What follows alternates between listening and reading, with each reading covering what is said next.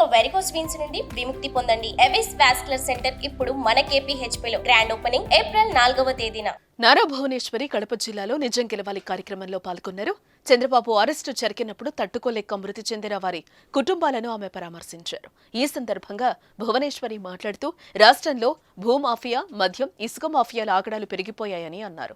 అవ్వాతాతలకు అందించే పింఛన్ విషయంలో జగన్మోహన్ రెడ్డి ప్రభుత్వం నిర్లక్ష్యం వహిస్తోందని అన్నారు. కొంతమంది వడదెబ్బ తగిలి మరణించారని ఆవేదన వ్యక్తం చేశారు ఆమె. రానున్న రోజుల్లో ఏపీకి ముఖ్యమంత్రిగా మళ్లీ చంద్రబాబు రావాల్సిన అవసరం ఎంతైనా ఉందని ప్రజలు గమనించారని భువనేశ్వరి పిలుపునిచ్చారు.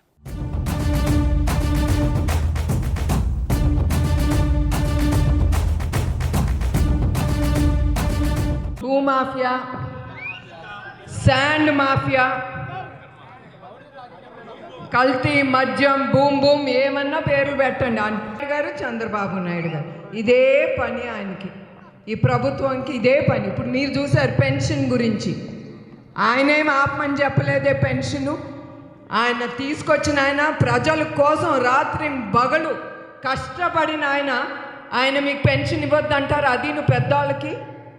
ఈ ప్రభుత్వం ఇంగిత జ్ఞానం కూడా లేదు.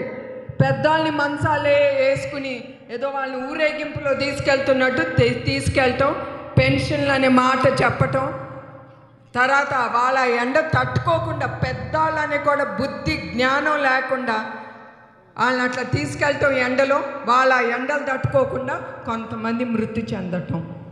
పెన్షన్ అనే మాటతో వీళ్ళు శవాలు చేస్తున్నారు పెద్దవాళ్ళందరినీ.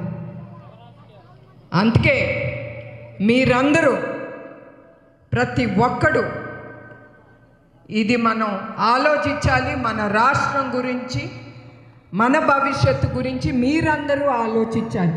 ఒక చంద్రబాబు నాయుడు గారు ఒక్కరే కాదు, ఆయన సైనికుడు ముందుకు వెళ్తారు, తప్పకుండా వెళ్తారు. మన కురుక్షేత్రానికి ఆయన శంఖం ఊదారు. మీరందరూ ఆ యుద్ధానికి సయ్యా సయ్యా సయ్యా.